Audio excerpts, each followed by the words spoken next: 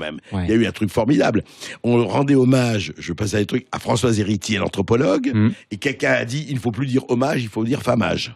Oh là. Vous dites, on y arrive? Ah non, il faut pas dire hommage, il faut dire famage. Regardez à quel point le lobotomie, un certain nombre de gens complètement égarés arrivent, c'est quand même intéressant. Et revenons à nos moutons. Ici Sud Radio. Les Français parlent aux Français. Les carottes sont cuites. Les carottes sont cuites. Sud Radio, Berkoff dans tous ses états. Eh bien, l'état d'urgence, ou plutôt l'urgence de l'État. On va en parler tout de suite. Sud Radio, Berkoff dans tous ses états. Le face-à-face. Et tout de suite, André Berkoff, on accueille votre invité, Maître Thibault de Montbrial, avocat, président du Centre de réflexion sur la sécurité intérieure. Je rappelle par ailleurs son dernier ouvrage, Le sursaut ou le chaos. C'est publié chez Plomb. Oui, un ouvrage à lire. Bonjour Thibault de Montbrial. Bonjour André Berkoff. Je suis très content de vous recevoir parce qu'avec vous, je sais que ce sera, ça, c'est de la langue de bois, ça n'existe pas, mais surtout ce sera, je dirais, à la fois objectif et informé, ce qui est déjà pas mal aujourd'hui. C'est devenu, comme vous le savez, une denrée relativement rare en ces temps de fake news et de déformation organisée. Alors, justement, je voudrais qu'on aborde tout de suite ça, au-delà de la polémique sur l'état d'urgence, la sortie de l'état d'urgence, etc. Aujourd'hui, eu égard aux informations, eu égard à ce qui se passe, on est où en France sur la situation des attentats, du terrorisme intérieur? Où on en est exactement? Si on pouvait faire un tableau de la situation. On est dans une situation qui est un petit peu étrange et s'il fallait, toute chose égale par ailleurs, faire une analogie historique, je dirais qu'on est dans une sorte de drôle de guerre, une analogie sportive, une sorte de faux plat. On a l'impression que les choses stagnent, mais en réalité, les choses continuent à avancer. Et pour comprendre ce qui est en train de se passer, il faut mettre les choses en perspective. Jusqu'aux années 2010, la France avait connu des vagues de terrorisme, mais c'était des vagues de terrorisme qui étaient limitées à la fois dans le temps et dans les motivations de leurs auteurs. Là, nous sommes frappés, nous, mais pas seulement, hein, le reste, l'Europe, le monde occidental, nous sommes frappés par une vague d'islamisme sunnite qui trouve, et c'est ça la grande différence, qui trouve ses racines pour partie sur notre propre territoire. C'est-à-dire que les gens qui nous frappent sont des Français et sont des Français qui nous détestent. Alors évidemment, ils s'organisent, il y a des coordinations, etc., avec des gens qui sont à l'étranger. Mais la grande différence, c'est qu'il y a un vivier sur notre territoire de gens qui détestent notre pays, qui se construisent en contre-culture contre notre pays. Oui, les valeurs, tout ce qui est notre pays. Quoi. Et qui sont dans une motivation politique de déstabilisation. Alors ça peut faire sourire quand on ne travaille pas très sérieusement sur ces questions. Quand on s'y intéresse beaucoup plus en profondeur, ça fait plus du tout sourire, parce qu'on ne peut pas dissocier cette vague de violence avec tous les gens qui sont d'une part capables de l'entreprendre et d'autre part les gens qui sont capables de les soutenir. C'est le deuxième cercle, hein, le cercle de l'assistance, de la complicité. On ne peut pas dissocier ces gens-là, qui sont les gens les plus dangereux, de tous ceux qui, sans pour autant recourir à la violence, sont dans une logique d'islamisation politique de notre pays, par le jeu des associations, par des coups de boutoir successifs, par des initiatives judiciaires, et qui, bien souvent, profitent de la naïveté, voire de la pusillanimité, voire de la duplicité de nos institutions. Voire de la complicité. Voire de la complicité pour certains. Mais alors justement, Thibault de Montbrial, une des grands sujets de discussion, c'est qu'on dit oui d'accord, vous parlez de ça, mais c'est une infime minorité, ça ne représente pas grand-chose, vous gonflez, ok, il y a eu des attentats terribles, tout ça, mais vous gonflez des événements, mais en fait, en France, pour parler de la France de l'intérieur, c'est pas grand-chose. Vous vous inscrivez en faux contre ce constat? Je m'inscris en faux pour deux raisons. La première, c'est que quel que soit les nombres, quels que soient les chiffres dont on parle, il faut conserver à l'esprit qu'on n'est pas en train de parler d'une élection politique démocratique où un parti qui ferait 5% serait considéré comme valeur négligeable parce que la majorité est à 50,01. Là, on parle de rupture dans les équilibres d'une société. Une société peut tout à fait basculer dans une forme de chaos ou de révolution, après on peut l'appeler comme on veut, à l'initiative de 1 ou 2%, mais de 1 ou 2% de ses membres. Dès lors que vous avez des membres qui sont minoritaires, mais quand même suffisamment présents à différents endroits du territoire et qui seraient déterminés, organisé et ému par une logique politique et combattante, il y a un vrai risque, il y a intrinsèquement un vrai risque. La deuxième raison, c'est que si on prend les chiffres pour le coup, les chiffres sont très inquiétants. Vous prenez les travaux, vous prenez les travaux de l'Institut Montaigne, qui est un think tank d'obédience libérale qui n'est pas connu pour être qui ne sont pas connus pour être de dangereux fascistes. Ils ont fait en septembre 2016, ils ont publié une étude de plus de 150 pages sur l'islam en France, avec une énorme enquête, notamment sur des bases déclaratives, c'est-à-dire qu'ils posaient des questions aux gens, et les gens se définissaient eux-mêmes dans les réponses qu'ils apportaient. Et ils ont demandé aux gens qui se déclaraient de religion ou de culture musulmane, c'est très intéressant de prendre l'acceptation de ces deux termes, de religion ou de culture musulmane, si parmi ceux qui donc s'autoproclamaient dans ce cercle, quels étaient ceux pour lesquels la charia primait sur la loi de la République? Réponse 28%. 28%. Deuxième élément extrêmement inquiétant, la même question appliquée aux 15-25 ans. Qui sont en termes de population de pyramide des âges les plus nombreux proportionnellement. 50%. 50%. C'est-à-dire qu'un jeune sur deux se déclarant lui-même de culture ou de religion musulmane, selon cette enquête de l'Institut Montaigne, considère que les valeurs politiques de l'islam priment sur les valeurs de la République. Moi, je trouve ça extrêmement inquiétant. Après, on peut décliner avec plein de micro-exemples. Aux élections législatives en juin 2017, il y a un parti des musulmans qui a été créé, un parti confessionnel. Donc c'est la première fois qu'on a un parti. Il n'a pas fait grand-chose quand même. Il n'a pas fait grand-chose. Mais ce qui est intéressant, c'est que d'abord, c'est la première fois qu'il s'est constitué en tant que tel. Ensuite, si vous avez la curiosité d'aller sur Internet, regardez son programme. Vous vous rendez compte que vous avez tous les éléments de l'entrisme politique. Alors vous avez faire de l'islamophobie la grande cause nationale 2019, etc. Mais vous avez par exemple établir un délit de blasphème. C'est très intéressant. Ce sont des petites choses insidieuses et qui sont dans l'ordre normal d'une progression politique par l'entrisme. Derrière tout ça, vous avez toutes les associations dont on parle régulièrement, qui sont les CCIF, bien sûr, le CCIF, les frères musulmans avec leurs différents phonés, etc., etc. Il faut être d'une vigilance absolue parce que l'on sait, si on travaille sur ces questions, que nous avons affaire à des gens qui sont dans une logique d'entrisme et de déstabilisation de nos sociétés, et en particulier de la nôtre. Et de conquête du pouvoir. Mais bien sûr. Mais évidemment.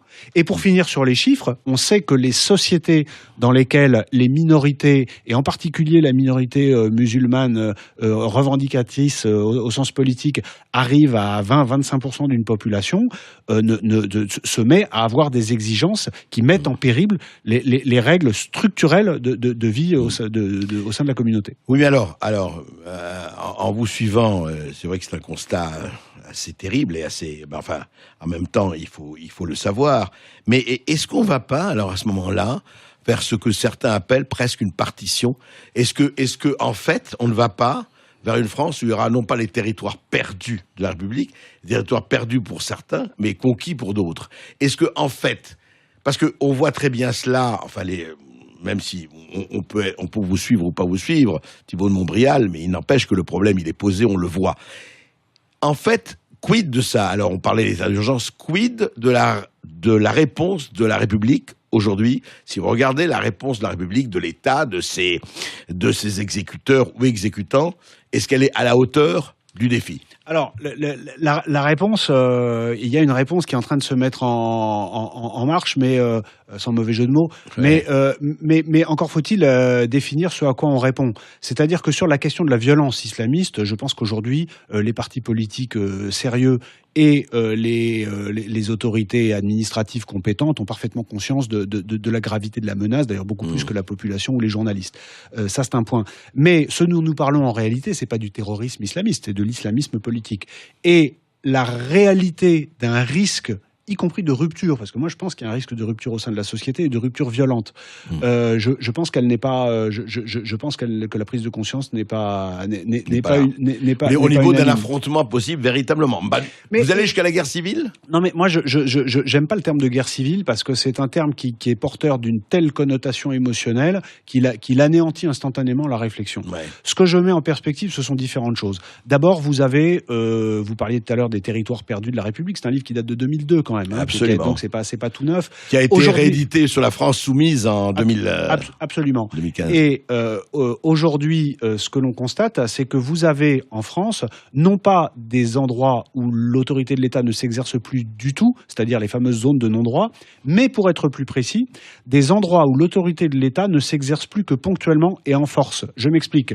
Les patrouilles de police ou les pompiers ou les services de secours continuent à y aller, mais n'y vont que en force.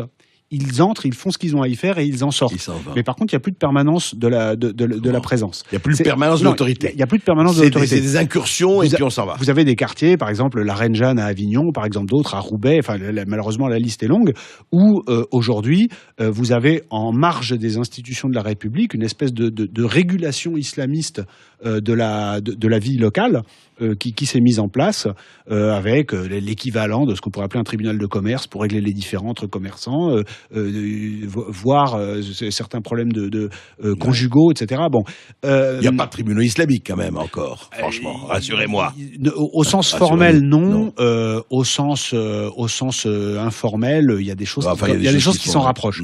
Mais ce que je veux dire, c'est que vous avez déjà en France un certain nombre d'endroits où on est entre deux. Voilà, on est entre deux. Et toute la question, c'est de savoir ce que vont faire les autorités publiques dans les années qui viennent face à ça. Mais c'est tout l'enjeu. Est-ce que on va avoir des partis politiques qui vont continuer, comme la gauche l'a fait à partir de 2012, à théoriser le fait que le vote ouvrier étant perdu, il faut récupérer Terra Nova. le Terra Nova, hein, le vote de Français issus de l'immigration.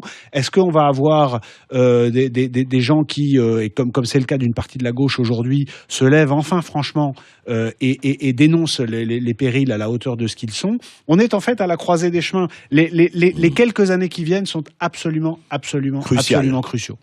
Alors, justement, par rapport à ça, c'est ma seconde question. Oui, d'abord, vous avez vu que pas seulement les partis politiques, vous avez vu quand même, enfin, c'est quand même un peu rassurant, que même si le Sud 93, vous savez, ce camp, ces séminaires interdits aux Blancs, non-mixité, vous avez vu quand même que ça a rencontré, à part quelques exceptions fâcheuses, une unanimité contre, quand même. Il y a eu quand même André Berkoff, il y a deux manières de voir les choses. On peut se réjouir de ce qu'il y a une unanimité contre et on peut constater qu'il y a eu la proposition.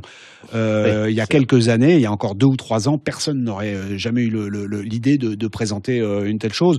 Il y a eu, sauf erreur de ma part, le précédent, c'est l'été 2016 à Reims, le camp des coloniales. Ouais. Et souvenez-vous que le préfet avait considéré qu'il n'y avait pas matière à l'attaquer au nom d'un éventuel trouble à l'ordre public, ce qui m'avait laissé songeur à la fois quant aux connaissances juridiques et quant au courage de l'intéressé. Alors, Thibault de Montbrial, pour revenir au côté non pas technique, mais au côté stratégique et logistique, est-ce qu'aujourd'hui, justement, la République, l'État est à même, je dirais, vous avez parlé, enfin vous avez répondu en partie, mais est à même de contrôler, c'est-à-dire que vous dites qu'ils ont pris conscience quand même de l'acuité du problème.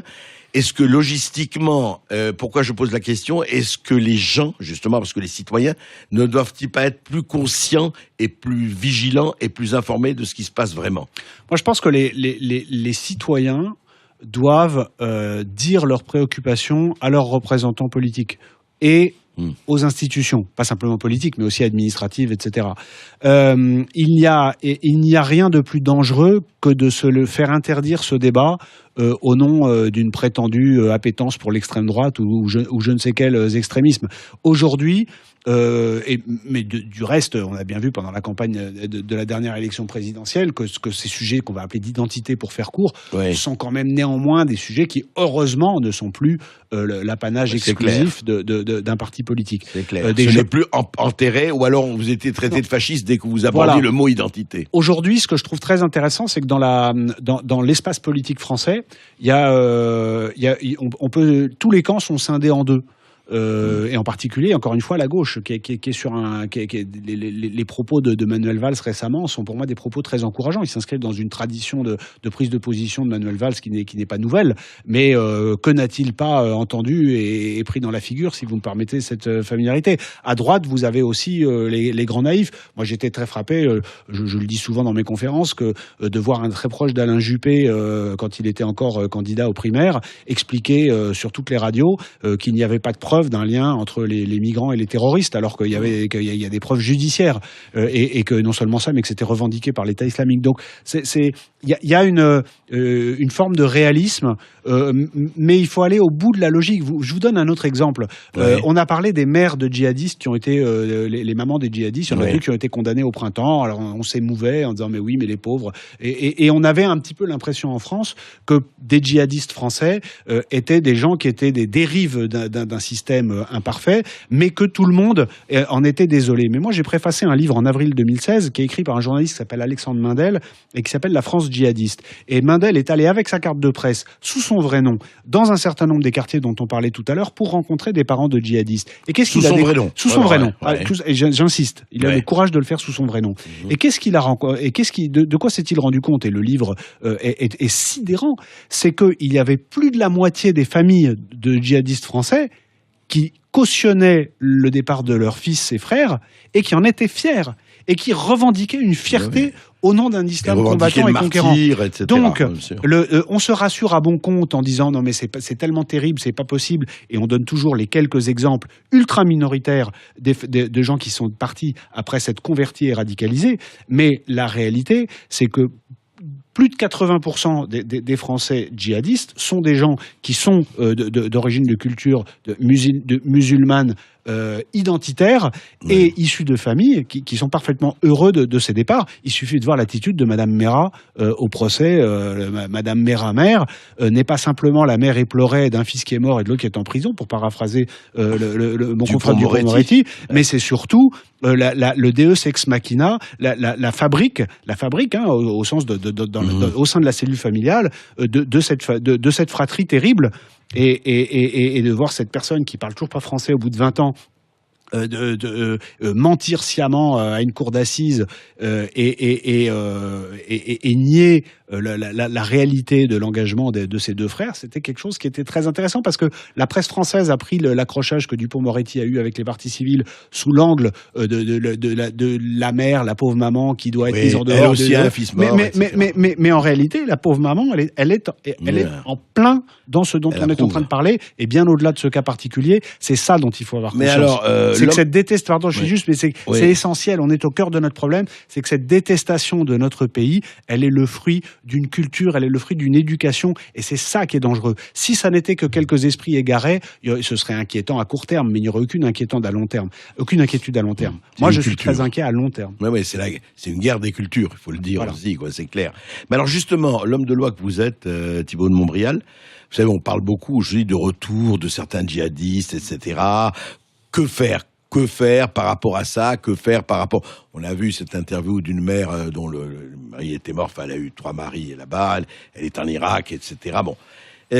À votre avis, alors justement, question de Lénine, que faire? C'est-à-dire, rapatrier, faire quoi? On a su aussi, dont je parle, parce que c'est vrai qu'ils touchaient encore les allocations familiales, en tout cas 20% d'entre eux, c'est intéressant. Ils recevaient de l'argent de la CAF, pas directement, mais par leurs parents. C'est quand même intéressant, c'est assez troublant. Mais alors, que faire là? Il faut laisser s'exprimer les justices locales. Les justices de Syrie, d'Irak et d'Irak. Voilà. Avec les conséquences que vous avez, ils ne sont pas aussi lénifiants. Il y a eu le choix de partir commettre des infractions terribles sur le territoire syrien et irakien. Il faut le laisser s'exprimer, les justices syriennes et irakiennes. Point barre. Point barre. Au nom de quelle vision suicidaire de notre société il faudrait mettre en œuvre des moyens lourds, des moyens qui impliquent un coût dans tous les sens du terme, pour faire revenir chez nous des gens qui sont partis parce qu'ils nous choisi détestent et pour combattre notre système. Je veux dire que les pouvoirs publics ont quand même parmi leurs prérogatives celle de maintenir l'ordre public en France et de protéger nos concitoyens. Donc je pense que nous avons affaire à des gens qui ont pris qui ont fait un choix, qui ont pris leurs risques, et il n'y a aucune raison de faire rentrer ces gens dans notre pays. Mais alors, vous êtes, Thibault, une question, Anne. Vous êtes pour la déchéance de nationalité, pour les gens qui ont pris les armes? Moi, j'étais pour, je l'ai écrit dans mon livre, parce que pour deux raisons. D'abord, parce qu'à un moment, les symboles sont importants. Et que même si c'est symbolique, de dire à des gens qui ouvertement vont faire la guerre à la France alors qu'ils sont français, eh bien si vous allez porter les armes contre nous, vous ne pourrez plus bénéficier de notre nationalité. Je pense que ça a un sens et que tous nos compatriotes qui sont attachés à notre pays, à notre drapeau, qui nous écoutent, ne pourront qu'être d'accord. Et puis la deuxième raison, c'est que s'agissant des binationaux, ça a une utilité. C'est que on nous dit, ça n'a pas de toute façon, en plus ça sert à rien. Mais ça sert. Vous avez tout un tas de gens qui ont la double nationalité parce que les accords qu'on a, notamment avec les pays du Maghreb, font qu'il y a la double nationalité. À partir du moment où les gens ne sont plus français, les gens ne peuvent plus rentrer sur le territoire français ou on peut les en expulser. Alors on dit, ah bah oui, mais alors on exporte le problème chez les autres. Les autres, on les aide à le régler parce que le problème chez eux est en grande partie le même. Ils le règlent beaucoup plus drastiquement que nous. Mais ils ont des manières, ils ont aussi un système judiciaire, ils ont aussi un système pénitentiaire et puisque nous sommes alliés, travaillons aussi avec eux. Et donc la déchéance, ça a été une occasion ratée terrible, y compris d'un point de vue symbolique en termes de messages sur notre identité commune. Il y a eu beaucoup d'occasions ratées. En tout cas, merci Thibault de Montbrial, merci de votre analyse et je vous recommande vraiment de lire son livre, Le sursaut ou le chaos chez Plomb. C'est un livre absolument à lire de toute urgence, plus urgent que jamais. Et merci à vous André Berkoff. On vous retrouve demain midi dans tous vos états.